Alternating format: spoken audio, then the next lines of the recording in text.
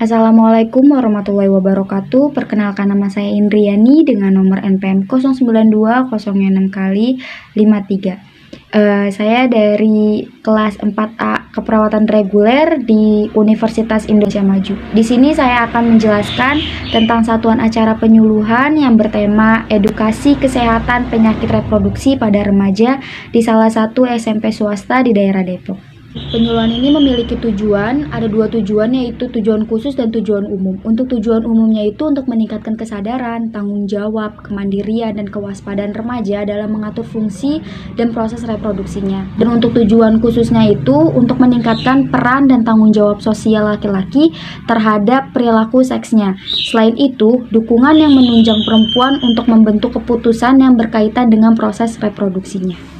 Dan untuk strategi tempat yang saya gunakan seperti gambar yang ada di video ini, saya akan menyusun tempatnya seperti ini. Baik, di sini saya akan menjelaskan tentang apa sih itu kesehatan reproduksi buat remaja-remaja yang belum tahu apa itu kesehatan reproduksi. Jadi, kesehatan reproduksi itu adalah suatu keadaan seseorang yang sehat secara utuh, baik fisik, mental, dan sosial yang berhubungan dengan sistem, fungsi, serta proses reproduksinya.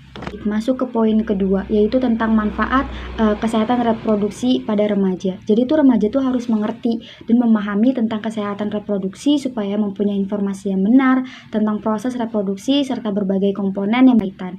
Dengan diberikan penjelasan yang baik dan benar, diharapkan remaja mempunyai sikap tanggung jawab perihal proses reproduksinya. Jadi kesehatan reproduksi pada remaja itu sangat penting bagi remaja karena remaja dapat menghadapi berbagai perubahan fisik, sosial, dan psikis yang dialaminya. Selain itu, membantu remaja dalam menjaga kesehatan reproduksi serta mencegah permasalahan akibat kelalaian menjaga kesehatan reproduksi. Jadi di sini kita masuk ke poin alat reproduksi. Di sini ada dua alat reproduksi, perempuan dan laki-laki. Untuk yang alat reproduksi perempuan ini, jadi sistem reproduksi perempuan mengalami serangkaian perubahan siklus. Reproduksi perempuan ini terdiri dari bagian interna atau bagian dalam dan eksterna bagian luar. Dan menurut Saifuddin, dia berpendapat bahwa alat reproduksi perempuan itu merupakan traktus genitalia atau saluran genitalia dalam rongga panggul. Baik, untuk alat kelamin perempuan yang di bagian eksterna atau bagian luar itu terdiri dari mons pubis, labia mayora, labia minora, himen, vestibulum, klitoris, visium vagina, dan glandula vestibulum. Dan untuk bagian dalamnya itu terdapat vagina, ovarium, tuba fallopi, dan uterus. Baik, selanjutnya untuk alat reproduksi laki-laki. Di sini untuk sistem reproduksi laki-laki itu memiliki peranan yang penting bagi laki-laki. Sistem reproduksi ini dirancang agar dapat berfungsi menghasilkan sperma dan mengeluarkannya ke saluran reproduksi wanita untuk keperluan kehamilan. Dan di sini juga ada dua bagian, yaitu bagian eksterna atau bagian luar dan bagian interna atau bagian dalam. Baik, untuk bagian luar atau bagian eksterna itu terdiri dari penis dan skrotum, dan untuk bagian luarnya itu terdiri dari testis, saluran reproduksi, dan kelenjar aksesoris. Di saluran reproduksi itu memiliki bagian yang lebih spesifik untuk memproduksi sperma, yaitu seperti epididymis, terus ductus fastrens, ductus ejaculatoris, dan uretra. Masuk ke poin berikutnya itu yaitu tentang pubertas. Jadi pubertas ini keadaan transisi yang mencakup fisiologi, morfologi, dan perilaku yang terjadi pada individu dari yang tidak subur kemudian berkembang menjadi subur. Baik, untuk poin selanjutnya ini tentang jenis-jenis pubertas. Untuk wanita ini ditandai dengan menstruasi. Menstruasi ini adalah peristiwa keluarnya darah dari vagina karena peluruhan endometrium, yang dimana ini merupakan peristiwa yang normal bagi setiap remaja yang mengalami pubertas. Dan biasanya usia remaja yang mengalami pubertas ini sekitar 8-14 tahun. Dan untuk siklusnya ini biasa terjadi 21 hari sampai 35 hari. Oke, masuk ke jenis yang kedua, ini jenis pubertas pada laki-laki yang biasanya ditandai dengan emisi nokturnal atau mimpi basah. Biasanya ini terjadi pada usia 12 sampai 16 tahun. Peristiwa ini adalah peristiwa yang normal karena mekanisme ini alami akibat seminalis atau kantung spermanya telah penuh dengan sperma yang dihasilkan oleh testis.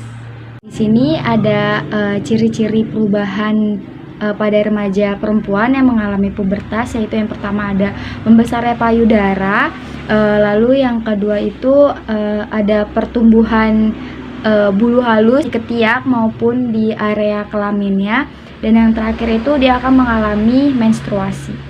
Dan selanjutnya ini ada perubahan pada laki-laki remaja pada masa pubertasnya itu. Yang pertama itu ada pembesaran testis atau penisnya. Yang kedua itu ada pertumbuhan rambut halus di daerah ketiak dan kemaluannya. Yang ketiga itu ada pembesaran otot, suaranya juga semakin rendah dan agak dalam. Dan yang terakhir itu dia pertumbuhan rambut-rambut halus di wajahnya.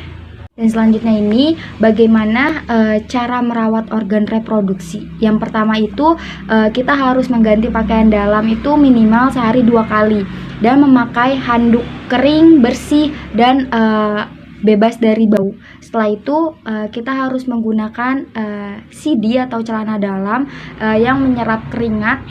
Dan di sini saya juga ada edukasi tentang kesehatan reproduksi untuk remaja. Yang pertama ini untuk wanita terlebih dahulu. Untuk mencegah masuknya bakteri ke alat kelamin atau alat reproduksi, maka harus mencuci tangan terlebih dahulu sesudah maupun sebelum membersihkan daerah menstruasi.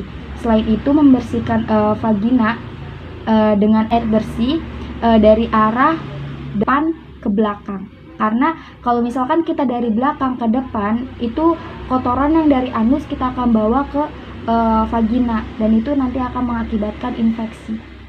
Dan selanjutnya untuk laki-laki ini diwajibkan untuk dihitan atau disunat agar terhindar dari kanker penis dan kanker leher rahim pada istrinya nanti. Kalian bertanya-tanya, apa sih emang gangguan yang bakal dialami oleh remaja yang tidak memperhatikan kesehatan reproduksinya itu? Dia akan mengalami yang namanya infeksi menular seksual atau IMS. IMS ini adalah infeksi yang disebabkan atau yang ditularkan melalui hubungan seksual. Dan biasanya ini disebabkan karena bakteri, virus, dan parasit. Untuk yang pembahasan selanjutnya ini tentang apa sih contoh-contoh dari IMS. Contoh penyakitnya itu banyak, tapi di sini saya mengambil 3 penyakit. Yang pertama itu ada sifilis. Sifilis atau raja singa ini dia penyakit seksual yang disebabkan oleh bakteri Treponema pallidum. Nah, infeksi sifilis ini kini jarang dijumpai, apalagi setelah diperkenalkannya antibiotik penisilin. Dan selanjutnya ini ada gonore atau kencing nanah. Infeksi menular seksual ini disebabkan oleh bakteri Neisseria gonorrhoeae yang dimana terjadi secara intraselular, bersifat aerobik, dan Diplococcus oxida sepositif. Nah, biasanya waktu inkubasinya itu 2-7 hari. Beberapa penderita infeksi ini tidak menunjukkan gejala apapun sehingga tidak bisa sekali jika dirinya terinfeksi. Selanjutnya ada HIV/AIDS atau Human Immunodeficiency Virus. Nah, virus ini menyerang sistem kekebalan tubuh, dan untuk AIDS-nya itu sendiri atau Acquired Immune Deficiency Syndrome, ini mana merupakan sindrom yang terdiri dari kumpulan segala gangguan dan menurunnya fungsi daya tahan tubuh. Nah, sampai sekarang ini belum ditemukan obat untuk menyembuhinya. Dan baik, untuk terakhir ini saya akan menunjukkan leaflet yang sudah saya buat. Kurang lebihnya seperti ini yang akan saya gunakan nanti, leaflet untuk penyuluhan edukasi kesehatan reproduksi pada remaja. Baik, itu saja paparan materi dari saya tentang satuan acara penyuluhan yang bertema edukasi kesehatan reproduksi pada remaja yang dilakukan di salah satu SMP di Kota Depok. Kurang lebihnya mohon maaf. Wassalamualaikum warahmatullahi wabarakatuh.